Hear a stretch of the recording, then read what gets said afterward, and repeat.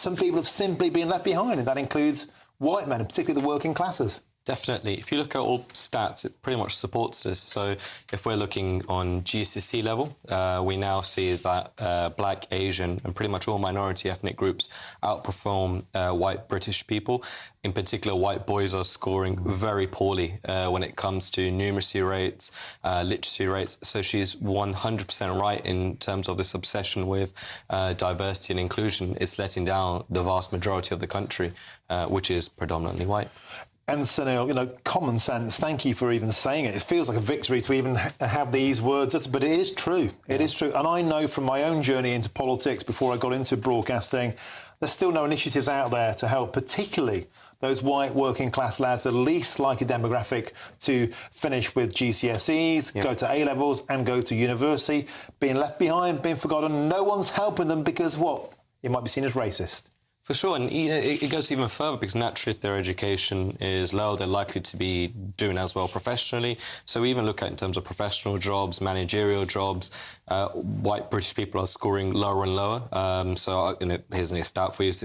In terms of white British people that are in professional jobs, there's about 25%, Asians 33%, black community slightly lower, 24.7%, but it's a very minute difference. But you've got to remember more than 80% of this country is white. You know, I know in London and big cities like Birmingham that isn't the case, but the majority of this country is white. And when you have a workforce and an education on, particularly for the largest demographic of people struggling, that is really pretty terrible for our country and something that really needs to be addressed. And Sunil, Kemi Badenoch singles out concepts such as white privilege, and reading those stats out there, looking through the prism of reality and not diversity, you might think, well, when does this white privilege kick in? Well, I think this is an obsession and needs to stop in terms of talking about white privilege. So we can, again, this goes further. If we look at professional, economic, in terms of going to prison, socially, on almost every aspect, we're seeing British white people on a downward trajectory.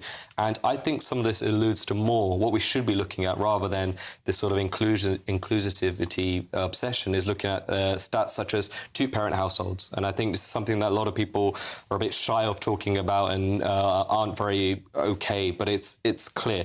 We know for a fact if you grow up in a single-parent household, regardless of skin colour, you're going to be at a much bigger disadvantage than a two-parent household.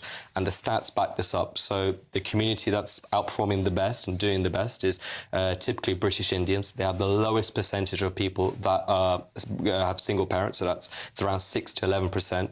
The group that is doing worse when it comes to education, crime, employment is Black Caribbean. They have a 63% of Black Caribbean children grow up in a single-parent household. So before this poor child even has a fair opportunity of life, they're at a disadvantage. That's got nothing to do with skin colour. That's got nothing to do with race. That has to do with the simple fact that they are growing up in a single-parent household, and it's happening on a mass scale. And you know what? Again, you're absolutely bang on. The Lammy report some years ago, David Lammy wrote a report into this, and he acknowledged the absence of fathers in particular and the social outcomes. It's a real thing, but it's an unfashionable thing to talk about. And this obsession with not offending people, it sets us back. Well, I think what we're seeing, you know, with a lot of the BLM movement and that whole initiative was to destroy the concept of a nuclear family, destroy the fact of this basic concept of having two parents. And, you know, I'm not advocating people to stay in abusive relationships. We're talking about, you know, a father being present. I'm not saying that they have to be married or in whatever partnership, just having two parents that are present in the child's life. There is, no matter what country you're in, you're at an advantage if you have two parents. And unfortunately, what we're seeing, and scarily now happening in the white British community, is that is also decreasing at quite a rapid rate. And I would much rather our government, other initiatives have a much more bigger influence on the impact on how important family is, because that at the moment seems to be a very unfashionable thing to say. If you do talk about family, which you're going to be labelled straight away on the spectrum of being right or far right. You can't have a discussion about talking about family at all, and I think that's deeply concerning. Absolutely magnificent. Thank you very much. What a common sense blast we got there from Sunil Sharma from the Conservative Friends of the Commonwealth. It's just fabulous. Thank you. Now, don't go anywhere. We'll be getting all the very latest as the House of Lords looks set